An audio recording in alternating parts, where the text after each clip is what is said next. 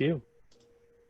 It's kind of weird having an audience, but not being able to like see them or hear them. So I'll try to be entertaining. I don't know, Brian, how entertaining are we as people? Oh, I'm a little more so than you. So All right. What are we here for? What are we talking about? Cool. Ryan, can you see my screen? yep. All right. I did my Bluebeam today, so maybe I could use that, but yeah. Okay, generative design and real estate development. So this, I stole a bunch of slides from a previous presentation that I've given maybe 10 times, kind of shortened up some areas of it, reduced the amount of test fit we talk about, and increased the amount of time that we're going to have to talk about real estate development mechanics, which I think we decided we're really only going to focus on net present value or the time value of money. Brian and also RR. So those are really the only two things that I think we're going to talk about at length to do with finance. But really what I want to do is give the AEC community a primer on what it is real estate development guys are after, who they are, what kind of people they are, like how do banks work, really high level kind of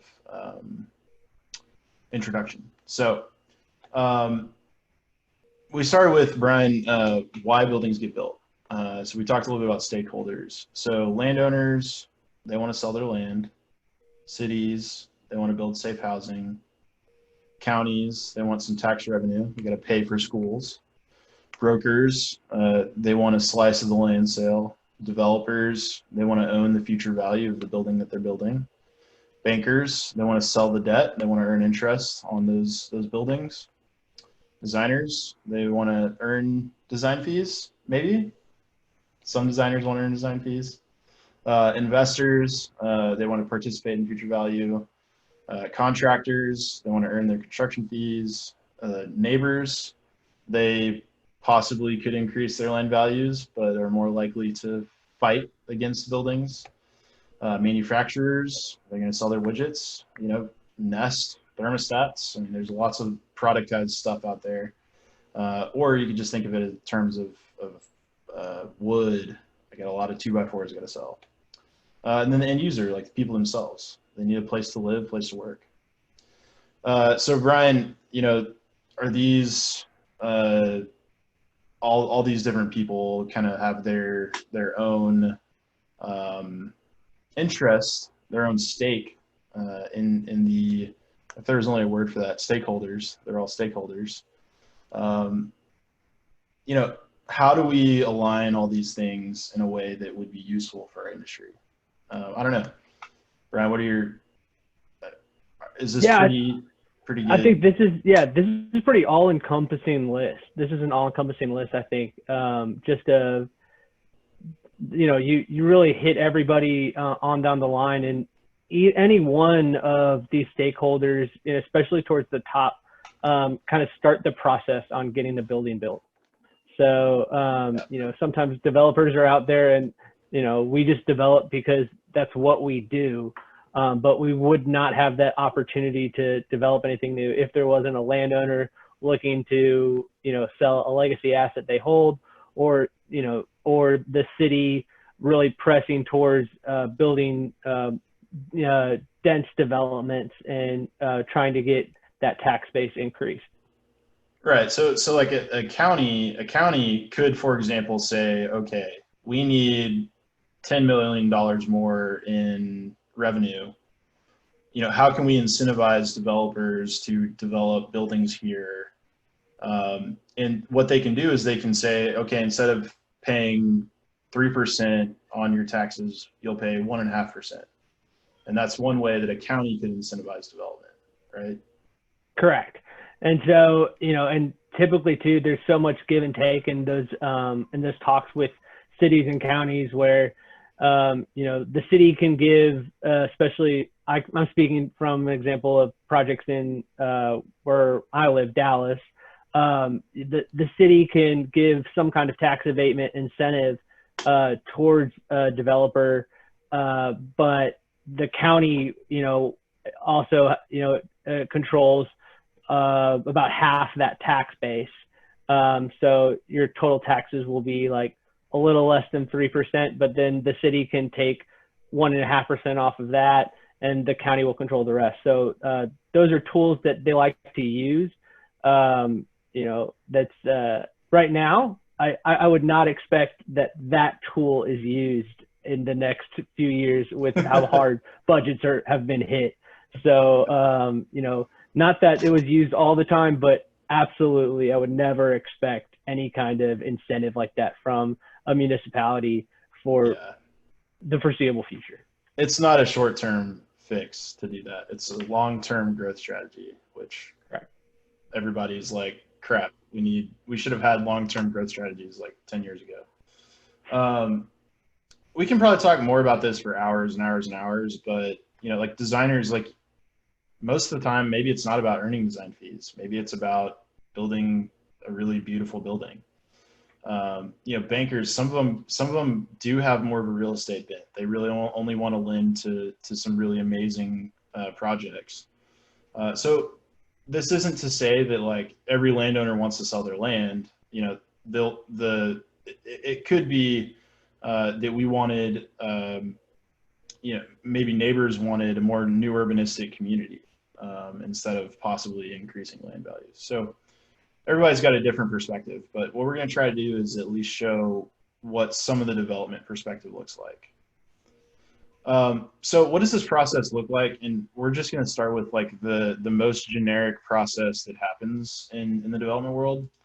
And we're going to look at one deal. So there'll be a landowner. We'll have a giant piece of land. Well, giant in terms of downtown might be they have an acre and a half of land in downtown. And so what they'll do is they'll hire a broker to go out and sell this piece of land to developers.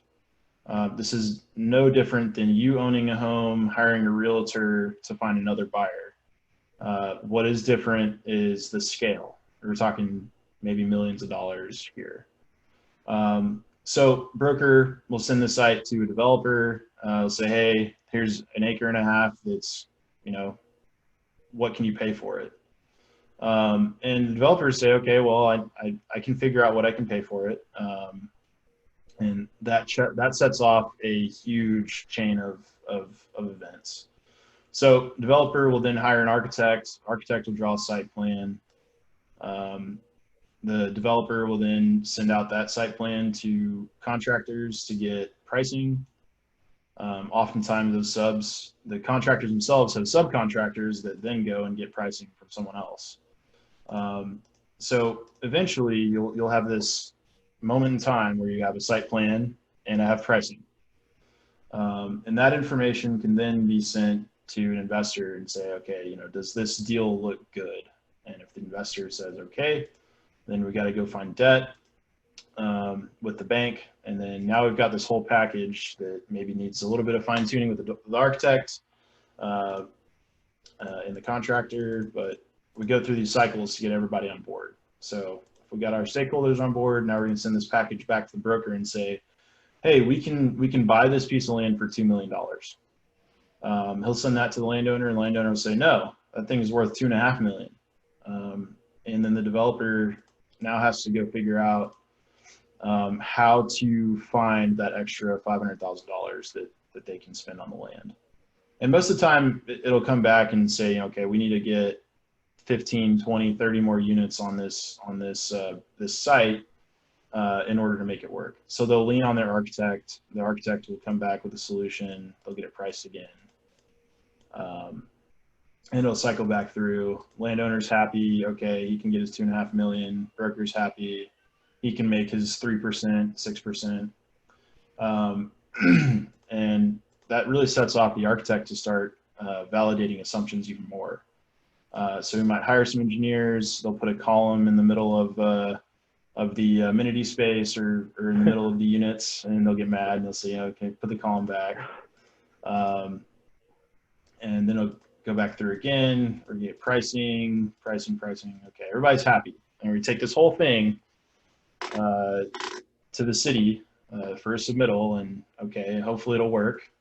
but the city says, no, you violated, I don't know, some rules. We can't issue this permit that, I don't know, maybe 400 families rely on for their well-being, and it pissed everybody off.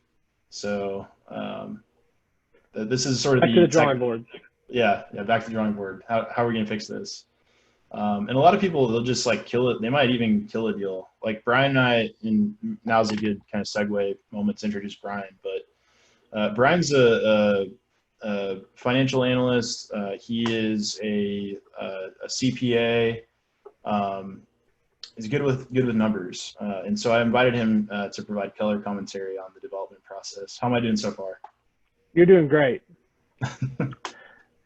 And so, and the place where, so Clifton, when Clifton worked at, we worked at the same multifamily developer, and Clifton was on the architect team and I was on the, underwriting team. And so we really lived in the zone, just that connection zone between the developer and the architect right there.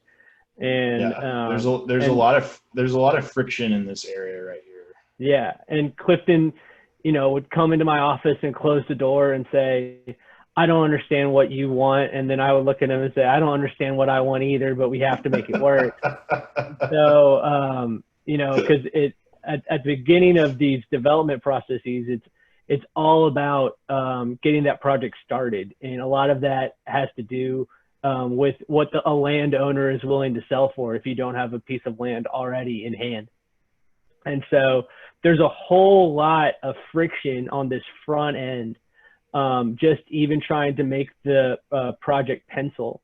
And so, tools that like Clifton has made with TestFit, can really help the AEC group, try to minimize those tensions up front. Yeah. So, I mean, here's a question. Land, so you can't just call a broker and ask for how much does a piece of land cost. Like that's not really how it works, Brian, right? Absolutely. So like, whereas, in the single family market, if I was to go out and buy a home, there'd be a listing and there'd be an MLS listing and it would say, this home is going to be, $225 a square foot. And then, I work with the realtor and, we make an offer, above or below, and that gets, punted back to us. What the brokers in this case, their job is they're working for the landowners and their job is to get the highest price they can. But the way that commercial real estate land sales work is that no one really knows what the landowner wants. That's usually held very close to the vest. So then what that's going to do is drive up the price for the landowner, because you'll have developers come in and give different bids. There's a bidding process. A broker will go out and get, in a good market, 10 bids. In today's market, maybe 3 or 4 just bids from different developers or different investors. And then the broker will come back and say, we have 4 bids. We're going to go to a best and final. So go back and sharpen, the term is sharpen your pencils. I've heard that a lot. Go back and sharpen your pencil and, give us your best offer. And give me the offer that will dazzle me, I think was the.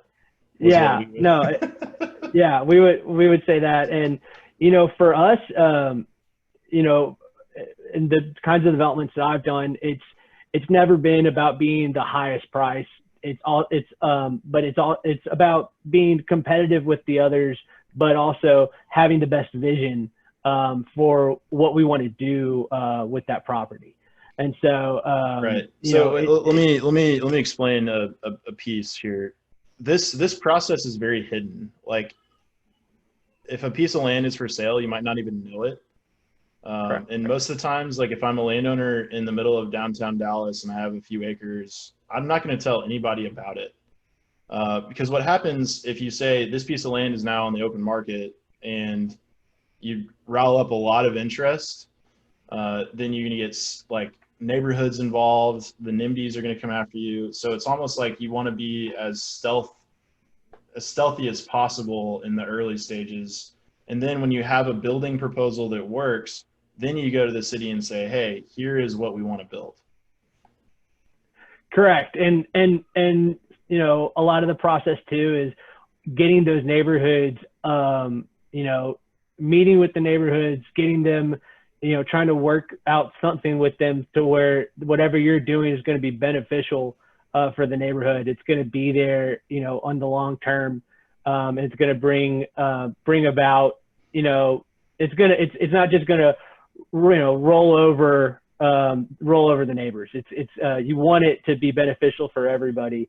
You know, this whole process. There's one piece of land that we did this process for. I did the underwriting for it. We had 32 different schemes at the end of the day, and just couldn't make it work. And it was, you know, it was just push and pull the whole entire time. But that happens. Just because a developer chooses they're going to go after something does not mean they're going to be successful at it. Yeah. Yeah. Okay, we'll continue on the deck for a little bit until we come to another good stopping point. So I took this chart and I just sort of divided it up into owners and AEC. This will be up in the right-hand corner, kind of as a diagram for reference later. Well, let's get into the sort of nuts and bolts. So the 101, you know, it's a sensible risk-adjusted asset class, which is like, this is the slide that you would see in MBA school. But the main stakeholders, right? We got bankers and sort of this owner category. You know, where does debt come from? So I think a lot of people just think, oh, a bank, they just have tons of money and they just put it wherever. But it's actually like your actual savings account money is what they sell debt from. Or if they sell a certificate of deposit, they can now take that money and put it to use elsewhere because it's locked up. So, I mean, I don't know, like, Brian, when you think about banks, the stuff that actually fuels the debt in real estate, you know, where is that money actually coming from? So, and yeah, you know, banks are required to hold back a certain amount of the money that you deposit there, but they can use, you know, you have the right to call them on, you know, your savings account money, but they're going to put that money to work somehow. And some of it can be in real estate investment. So, you know, what you're looking at too is across the board, there's going to be different size banks that are going to serve different purposes, different kinds of construction loans or different kind of permanent loans, which are, you know, post-construction. If I were to go out and put a bid on a 250 unit multifamily building that was built in 1985, I wouldn't go to, you know, a really small community bank in order to find debt for that. I'd probably go to a regional bank that's larger, you know, but I also probably wouldn't go to JP Morgan on the top end, because they're going to want to put money in assets that probably have a greater potential. You know, they're going to want to put their money into something that's a little bit larger and sexier. Yeah, so like real estate loans are pretty low on the risk totem pole, right? Correct. Compared, I mean, especially in, you know, post 2009 world, they're still seen as very safe, as pretty safe. The you know, it ranges from top to bottom. I'd say right now the safest you know, asset class right now is probably industrial, and then right below that would be multifamily and traditional office building, and then retail at the low end. And industrial is a pretty recent development too, because our supply chain is complete disarray right now. Yeah, industrial's been doing pretty well for the last few years. You know, especially like 4 or 5 years, but now with COVID, especially in the States, it's, you know, there's a billion, they say there's 1 billion square feet of untapped potential for industrial development right now. And so that's warehousing, that is last mile for companies like, you know, like Amazon. And that is, so there's a whole lot of pent up demand there now. Multifamily has been a traditional safe haven for real estate investors, and therefore debt. So people need a place to live, and you know, that's not going to change. You know, I think our work habits will change in the next few years, but the spaces we occupy and put our head on at night aren't going to change as much. All right, so that brings us to investors. So where does equity come from? So what you're looking at for the typical investor, it depends on, a lot of it depends on the type of product you're trying to build. But for the purposes of this discussion, we'll just say it's, you know, a 250 to 300 unit multifamily building. And so you have just different funds from across the board at large firms like Goldman Sachs, or they'll put a fund together at the beginning of the year and say, here's our target for how much money we want to put out, and you know, and how much money we want to go put to work in certain areas of real estate. And they have that number at the beginning of the year. In the industry, there's a big meeting held at the beginning of every year called NMHC, and that's where people go and pitch their projects and pitch their product, and, you know, try to sway people into, hey, this is what, you know, we think, you know, this is a great asset for you to invest in, for or we need debt for this, and you're a great match for us. And so then they'll once those funds are depleted for the year, they're not going to do anything else. They're not going to invest anymore, and then they're going to see those funds out until the project is complete, and they can either sell the project or they're going to buy out their partner. Have you ever seen The Devil Wears Prada? Of course. You know, like where they're like in the room and they're deciding the trends for the year. Yeah, so like it's, you know, it's like gold, and she says that sweater, like, you know, like she decides that the sweater is, you know, that's the color for the year, and so these are the decision makers. These are the Miranda Priestleys. I've seen the movie more than, I'm married. I've seen the movie more than a couple of times. It's almost like look, it's almost like the sort of finance world. What they do is they look at real estate as an asset class. Like what asset class means is like there's stocks, there's bonds, there's derivatives, there's these pieces of paper that people can buy that entitle them to some kind of future value elsewhere.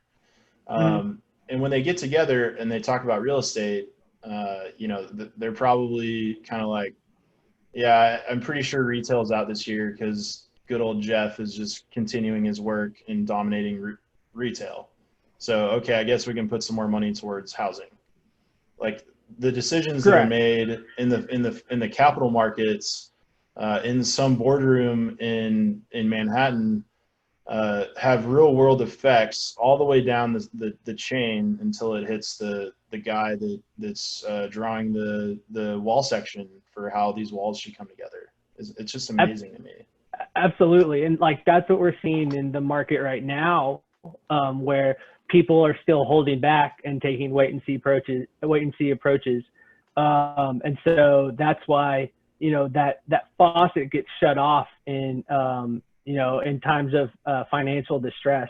But, you know, what's good, you know, what makes, you know, real estate appealing to me is that there are different parts of real estate that can succeed maybe when the whole of real estate isn't as successful.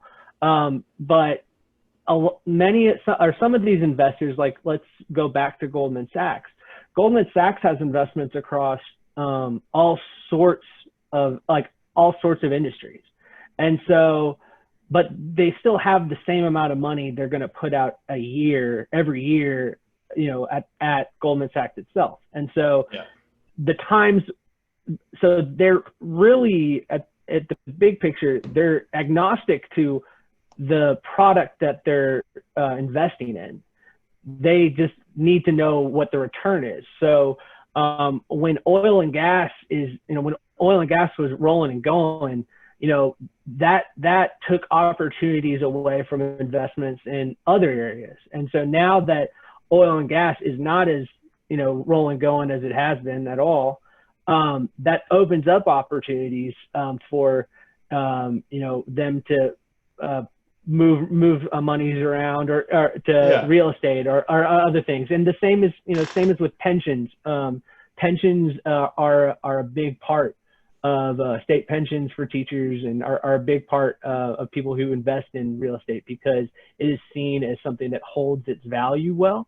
And especially, again, after 2009, people have been much more careful about the kind of investing that they're doing, and on the bank side as well, whereas they took a lot of riskier bets, ill-advised bets, and risks on leveraging up or giving huge loans for properties.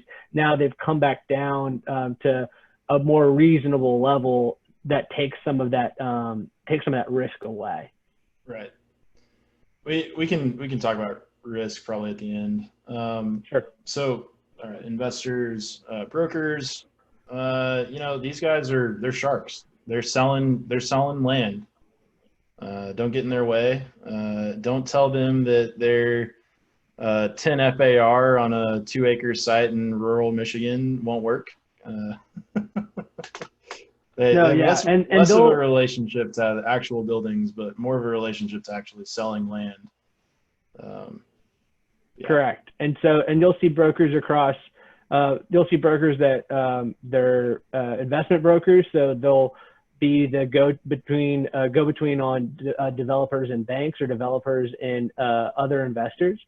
Their fee typically will be, it's not like on our realtors or single family realtors. They'll get, it's a 6% cut, 3% to each set of 3% to each set of realtors. The fee is negotiated at the front end, and so sometimes that'll be 2% of the sales price. Sometimes it'll be a flat fee of just a flat fee if they can get the piece of land sold, no matter what the price. But they usually like to be incentivized by a percentage of the sales price.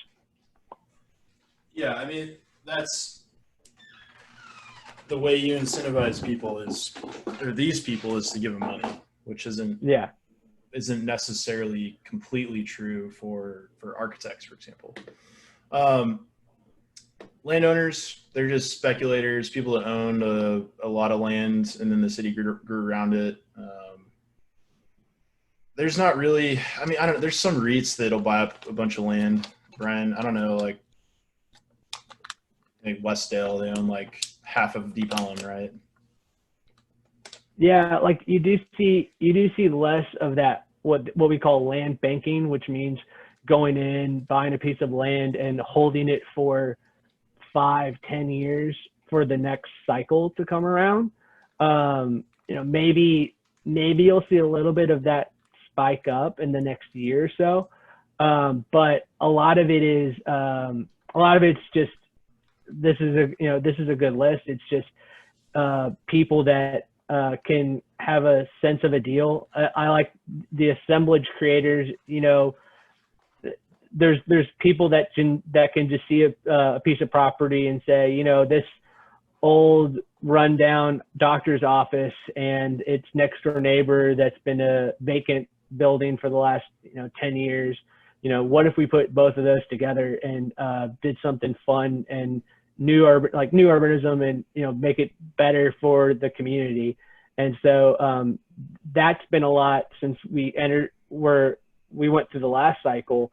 A lot of that at the back end is people getting creative and people taking these last bits and pieces that are still out there. Yeah, this is why I don't like if someone says all the good sites have been taken, I immediately write them off as like a developer that has no creativity and is unlikely to use my software. So Probably right. all right, developers. I'll talk. I can kind of run through these. They typically specialize by type or location. So like either they're a multifamily developer or they do buildings in Austin. So like really specializing in typology or geographic location will give them a really huge advantage. So like for example, when we were at Streetlights, all we did was multifamily. And that enabled us to make informed decisions almost everywhere. But if we were, I think we were working on a project in Phoenix, and it was like, okay, do an office building, and we were like, I don't know how the hell to do an office building. No, yeah, and so that's what. So on that deal, you know, we joined with another developer that did office and retail, and you know, we took one half of it, and they took the other half, and you know, what we needed to figure out was loading docks and bays and things like that. Yeah, but yeah. Once But there was also kind of a like we wanted to be merchant build. We wanted to buy the land, build the deal, and sell it to like an insurance company or something. Whereas the other group, they wanted to hold the office for a really long time, and it was in like the way their company was set up, their office building would be rolled into an existing fund or something, right? Correct. And so you have some developers that will some investors that do development on the side that they will just amass a large portfolio, and once they have all that together, they can do a number of things. But either then they can use that portfolio as collateral to go get new deals, or they can take that portfolio and sell it to somebody else. You know, there's buyers that are looking to own, you know, 10 office buildings across 5 states in the Sun Belt. And you know, that's just I've got a slide later. I've got a slide later for that one. Sure. All right, capital stack. All right, I'm done with text. We're going to do diagrams now. How is real estate project financed? So we have a capital stack. And on the left-hand side, we've got equity, or really on the top of the stack, we've got equity. And then at the bottom of the stack, you have debt.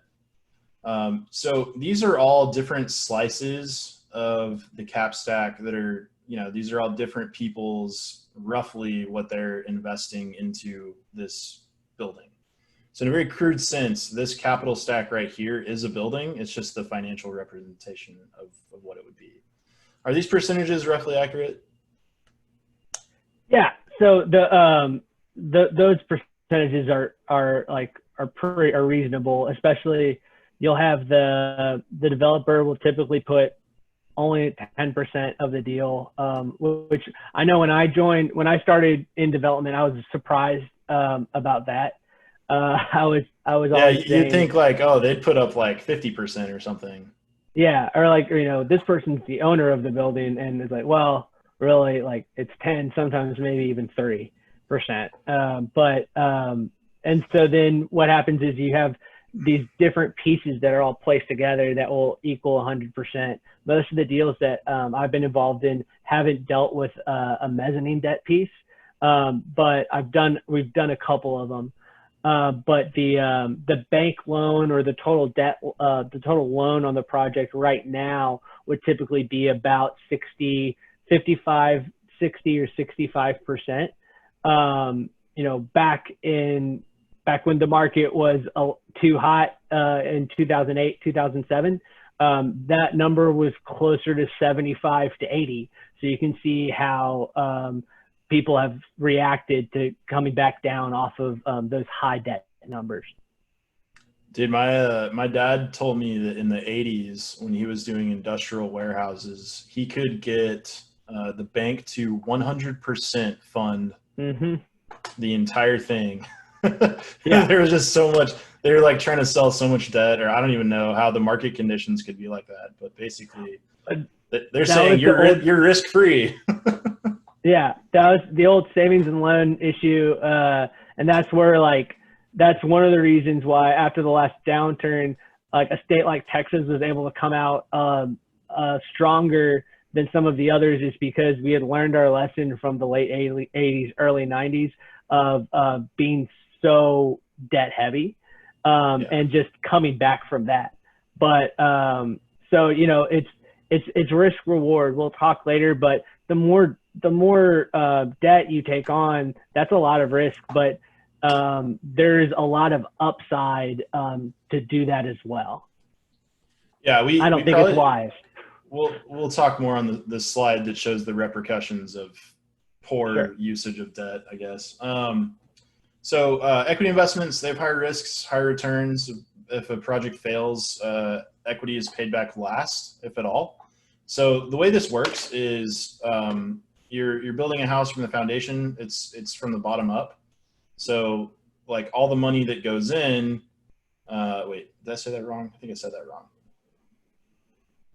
What am I trying to say? No, well, so liens. Like I'm trying to describe liens. Like the bank has first lien, so they have first rights to all their money back, and then the next guy, and then the next guy, and then if you're the developer, you know.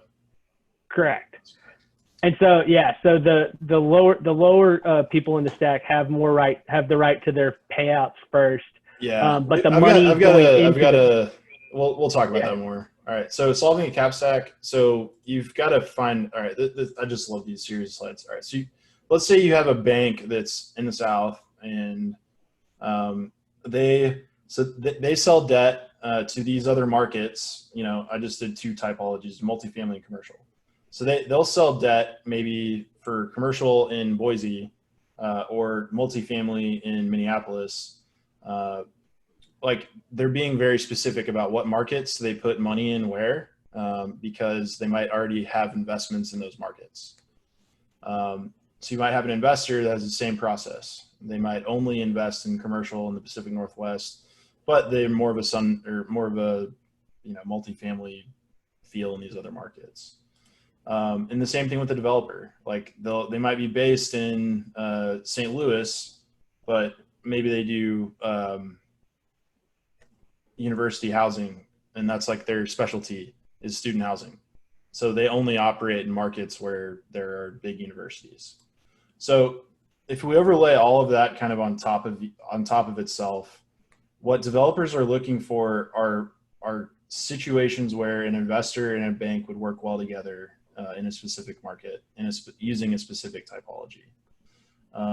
So this is the hard part, is like finding the groups of people that would be interested in taking on some debt, or taking on risk. Like really it's all about risk allocation.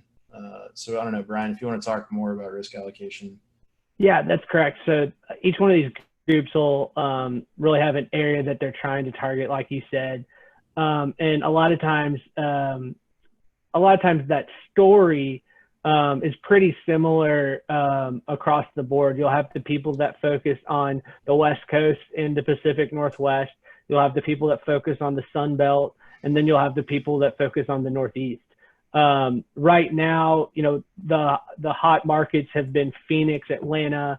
The Texas markets were pretty hot for a while. And you know, those are the places in the Sun Belt that a lot of investment money was going. There will always be money going to the coasts in the States. There's always going to be people interested in developing in New York, but those people, that's what they know how to do. They know how to develop in New York City, or they know how to develop in San Francisco and LA. It's hard to break into those markets, but you know, like this, you know, developer here, like that we said, you know, they can find the overlap of, you know, bank interest, investor interest, and also their expertise in development. And so a lot of times brokers are used to bring those people together. And then once you have that, you have this kind of special relationship with those groups, and then you can go back to that well again. That's helpful too, especially on the AEC side. If your client knows their investor and knows their bank well, then they'll know there'll be less of those hiccups or less of those, Yeah. you know, just issues down the road where, oh, this person, you know, they don't want any hollow doors on the whole entire project. It all has to be solid wood. And, you know, so then you end up having to go rebid everything out at the end of the day. And if you know that going in, that's really helpful. Yeah, but I'm going to move on. Like, I think we probably need to move a little bit faster, but Sure. the interesting thing about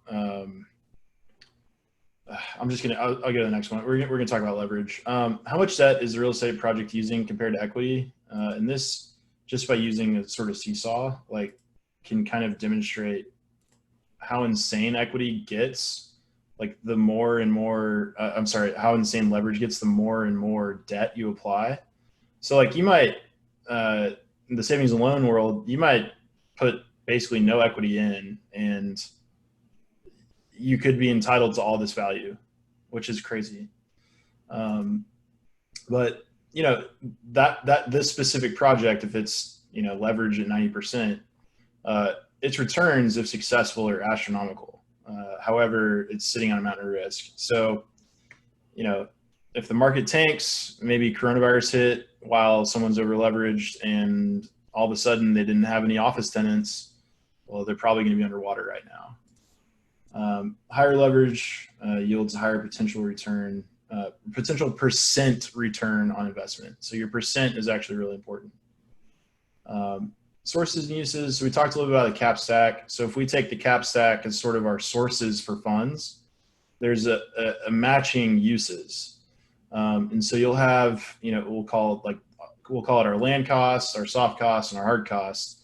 And these are the three primary buckets that development guys will use when they're talking about costs. So if I want to compare the last hard cost to new hard costs, you know, that makes it pretty easy to understand project. But if you had to compare project level cost, you might have some land that was way more expensive in project A versus project B. So this is a really useful way to break that down, and this is how they do it internally. And then the joke is, you know, how do I know if I'm soft cost or hard cost? You know, have you sat through an hour-long training on how to climb a ladder? And if you have, you're hard cost. If you haven't, you're soft cost. Yeah, a bit of a joke. That's good. Another thing to note is that if your sources don't equal your uses, you could possibly go to jail. And what I mean by that is that's normally a sign that somebody's been embezzling money from the Capstack. And yeah, so you got to be real careful with how you track your money. I don't know, Brian, if you want to make any comment on sources needing to match uses. Yeah. So, I mean, that's just 101. You know, it needs to, they just need to tie out. There's been, you know, plenty of times early in my underwriting days where I would present something and they wouldn't equal, and they would say, how is this possible? And I would say, give me 5 more minutes. And I fix it. Yeah, you put a Clevin in there. Yeah. Okay, so we take this sort of last diagram, kind of put it on its edge. That's the Capstack. That's the project expenses, the uses. You know, finance 101. We're going to take that whole Capstack as a negative cash flow, right? We have to build the building. We got to hire the architects that need to design it. We've got to buy the land. So we're using that all of that money up front, and then we get positive cash flows after that. So we're collecting rent. We're selling some kind of commodity, whether it be office space, multifamily unit, storage space. And then eventually there's a value capture event, which is a fancy way of saying we sold the building. So if we sort of, this is the sliding scale at which real estate developers are compared to other real estate developers, or specific projects are compared to other projects. They talk about the internal rate of return, which has a lot more to do with how quickly you recoup. Sorry, what am I trying to say? How quickly you get your Brian, maybe you should define. Yeah. So IRR is it's a time, it's a return based, and a lot of it has to do with time. The longer it takes for me to recoup my investment, the lower my internal rate of return will be. So as you can see, as we move along project A, B, C, and D, time is moving on. And while the total dollars are equal of project D that's highlighted now versus project A, project D took longer. It took longer for me to recoup that amount, my investment back. And so my IRR is lower. And actually, if you look at it, think of it this way: see the green dots, the green boxes are monthly or maybe annual inflows of rent dollars. And so I have more rent coming in project D, but because it took so much longer than project A for me to get to my value capture or my sales event, and that's a huge amount of money there. Because that took longer, my IRR is lower. And a lot on the investor side of action is based on that IRR. And so it's important for that number to be higher. Project A here is unrealistic, right? So like that really fast turnaround, that's just not going to happen. But the more you can go into a project with certainty on timing and certainty on deliveries, and then the more going in, the more comfortable your investors are going to be, and then you'll be able, ideally, to hit those values, if not exceed them. Yeah. So this metric is like, think about building efficiency in the same way you should think about internal rate of return. Like if you're less than, 84% efficient, you have some room to be more efficient on your building design. Maybe 83, 82%. But in IRR, like, shit, are you still there? Yeah. Oh, sorry. The IRR is like so important to real estate developers that's their metric that they remember. I had a great project that hit 18, 19% IRR, and they're trying to reproduce that over and over again. Okay, so value capture event. What actually happens in a value capture event? So remember from earlier, we had the capital stack. So on the end of the transaction, whenever we've had our value capture event, we sold the building. This giant gray chunk represents all those dollars. And then all of these guys have their chunk that represents their dollars that went in. So we have some dollars over here that's, we've made some profit. So the bank, they don't really require much in return. Like they've been making interest on this money. So they'll be happy just to get their principal back. The investor debt, maybe a little bit more. Maybe they require a little bit more money back. And the same thing with your investors. But really, the thing with the developers is that they get an asymmetrical return. Like they might only put, I don't know, $1 million in, and they'll make, I don't know, Brian, like how much? You could put $1 million in. A great deal would be that you take $2.5 million out. Sure. You're the last person to get the, that actually would be a fantastic deal. Not just a great deal, but you're the last person to get the money out at the end of the day. You've taken the most risk in that, but once all others are paid back, you do have an agreement with your investor on the investor will say, can I go into this part right now? Is that all right? Yeah, go for it. Yeah. So the investor, like, let's say like Clifton, you were the investor, you were my equity partner and I was the developer.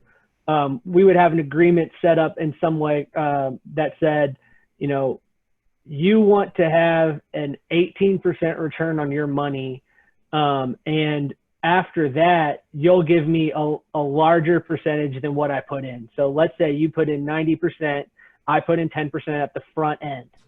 Right. Then Here, once you, let me model the second one. So, you know, Perfect. if things don't go well, like this scenario, things went well. Like we made a lot of money, right? But if things don't go well, how's it split up? Well, the bank is going to take their money back, and the investor is going to take their money back, and then all of our equity lost. So, Correct. I mean, there's not even a moment where we can split up any proceeds because we failed. Correct. So a lot of this happened a lot in '09.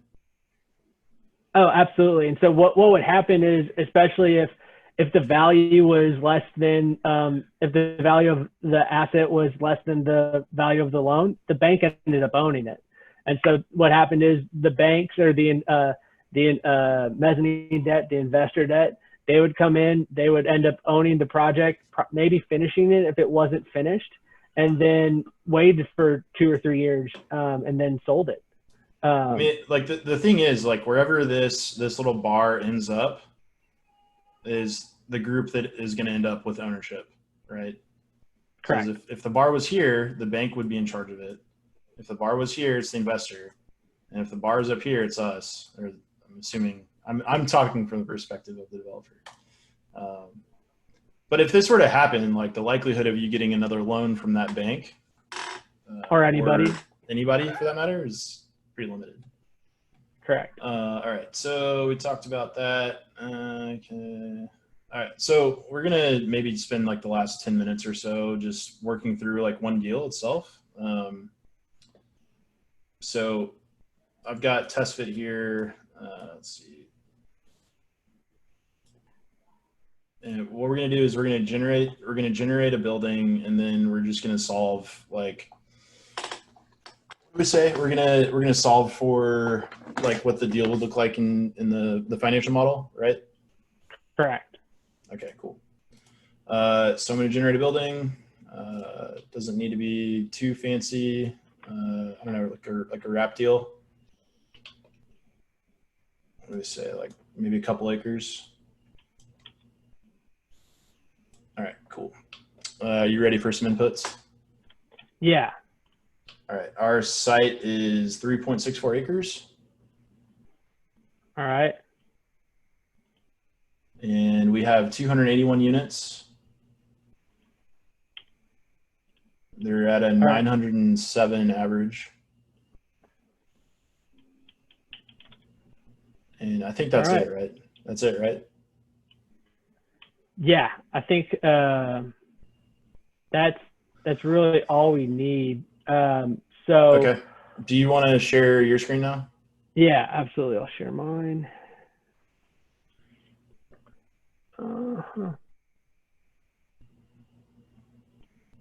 And go. All right. So is it up? Is it on the inputs? Yeah. Okay, great. So this is, you know, we're just going to run this through a simple model. And so what we've done is said we did 281 units at 907 square foot average. I could come down here and we did a wrap, correct? Yeah, it's a wrap. Mm-hmm. So our average unit, our average hard cost per square foot, $180 a square foot, which would give us right here about 163,000 a unit, and then my soft cost total would typically be about 19% of my hard cost. So I'm just going to put about $9 million on that. So our total project cost is about just over 65.5. So wait, go down. So those are the uses, right? Like we're plugging in the uses. Remember the uses? We've got 45 million in hard costs, 9 million in soft cost.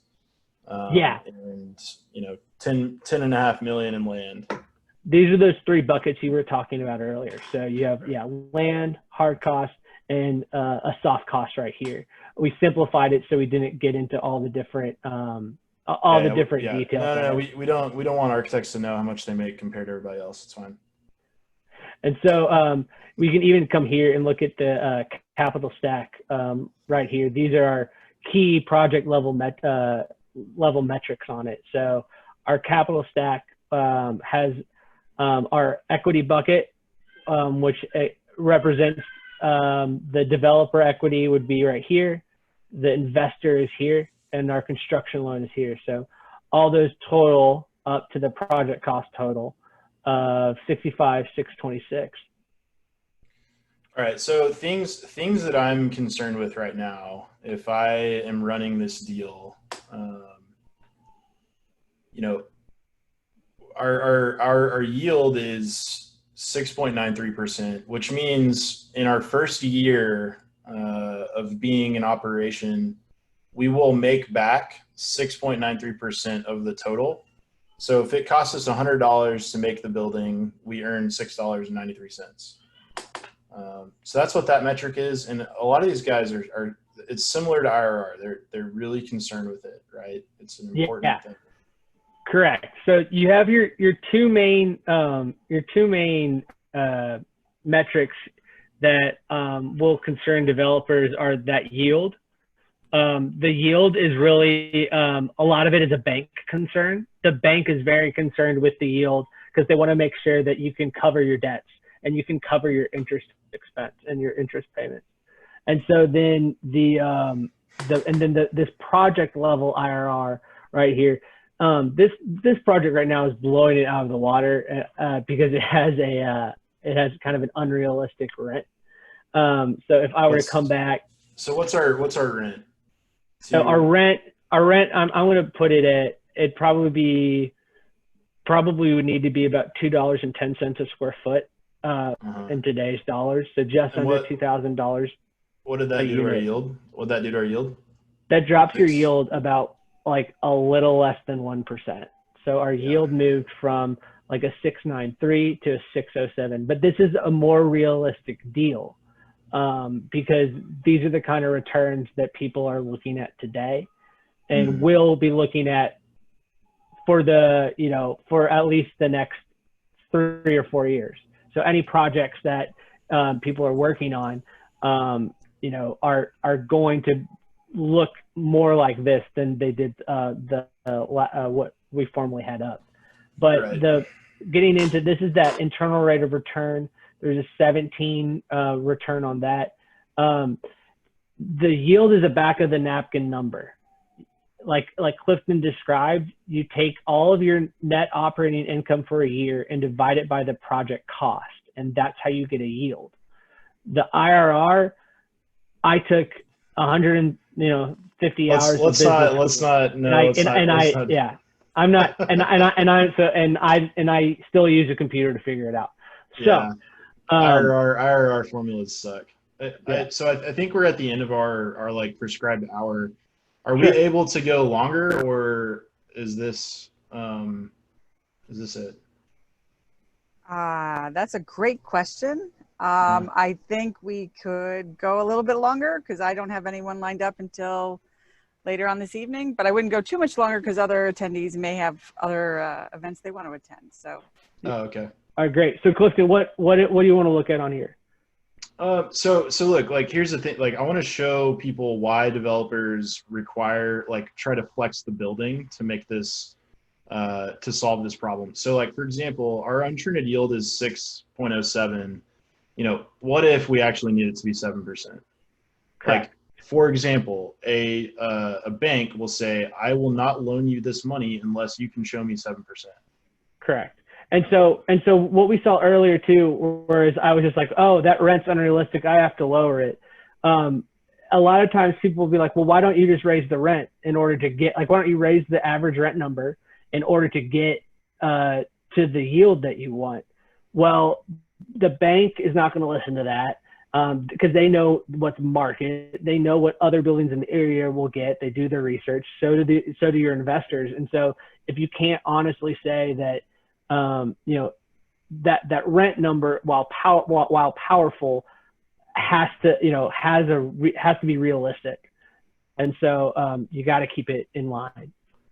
Yeah. So we're unwilling to change our rent numbers because it's a huge risk. If I say I can get $2 a foot, but in reality, I can only get $1.90.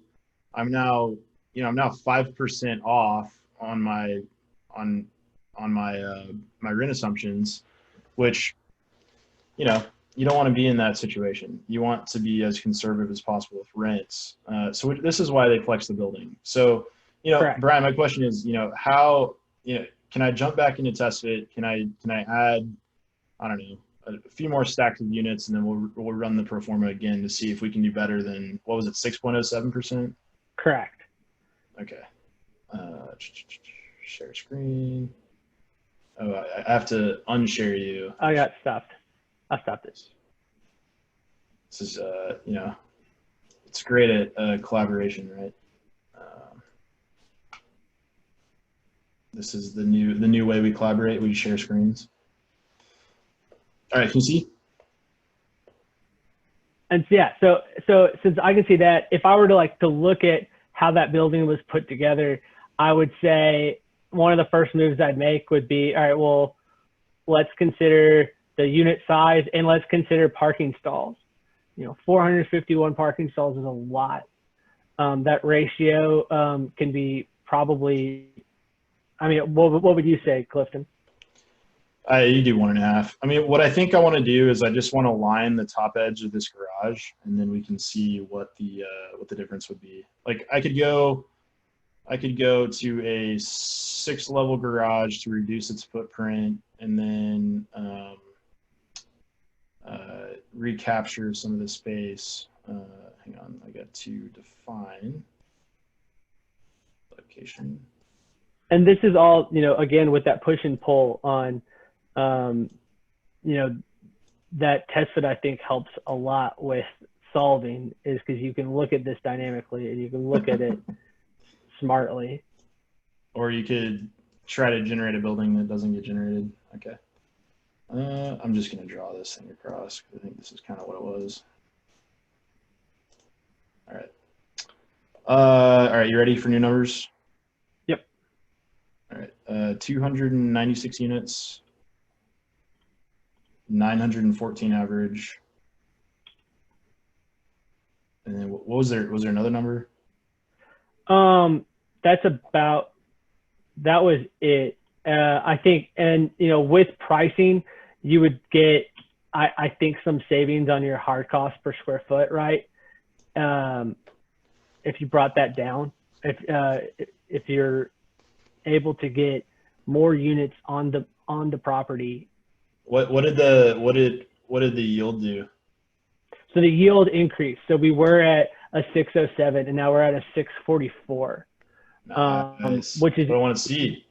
Yeah, that's exactly like the kind of movement that you want to take up, and you're going to be doing that incrementally. So part of it will be, solving for those efficiencies, and another part of it will be, trying to rethink.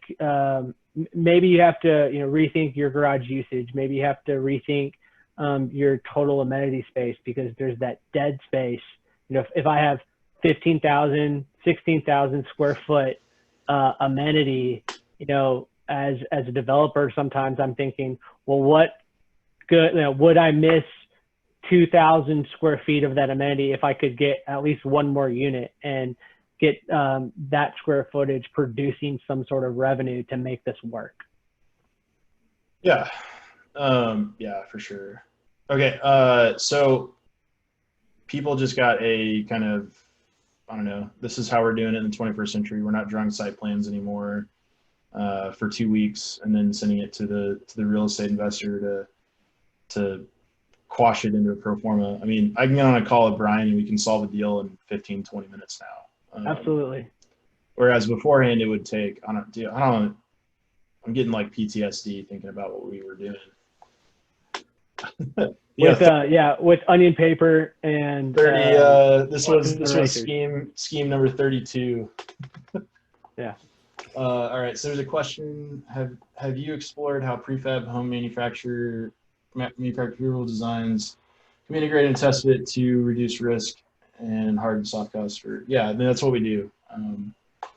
We've got 6 firms that do prefabricated stuff, and they plug in their specific kit of parts in the TestFit, which is meaning like they plug in their 13-foot 6 by 27-foot deep modules in a TestFit, and then it generates just from that. As far as like reducing risks, I mean, I don't know. Like we can model it a lot faster, so maybe that would reduce risks.